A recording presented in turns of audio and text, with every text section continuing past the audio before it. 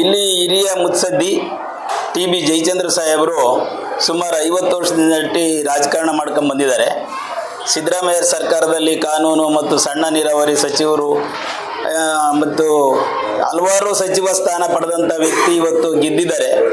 ಅಂಥವ್ರಿಗೆ ಇವತ್ತು ಸಚಿವ ಸ್ಥಾನ ಸಿಕ್ಕಿಲ್ಲ. ಮುಂದಿನ ದಿನದಲ್ಲಿ ಹೈಕಮಾಂಡ್ ನಿರ್ಧಾರ ಯಾವ CM ಮಾಡೋದಾದರೆ ನಾನು ನೇರವಾಗಿ ದಿಟ್ಟವಾಗಿ ಹೇಳಿಬಿಡ್ತೀನಿ, ಮಲ್ಲಿಕಾರ್ಜುನ ಖರ್ಗೆ ಅವ್ರನ್ನ ಮಾಡಲಿ, ಇಲ್ಲ ಮುನಿಯಪ್ಪ ಅವ್ರನ್ನ ಮಾಡಲಿ, ಇಲ್ಲ DK ಶಿವಕುಮಾರ್ನ ಮಾಡಲಿ, ಅದಕ್ಕೆ ನಮ್ಮ ಅಭ್ಯಂತರ ಏನೂ ಇಲ್ಲ. ಹಾಗಾಗಿ ನಾವು ಎಲ್ಲರೂ ಪಕ್ಷಾತೀತವಾಗಿ ಇವ್ರು ಕರೆದಿದೆ, ಪಕ್ಷಾತೀತವಾಗಿ ನಾವೆಲ್ಲರೂ ಅವತ್ತು 23ನೇ ತಾರೀಕು ಸೇರ್ಕೊಳ್ತೀವಿ.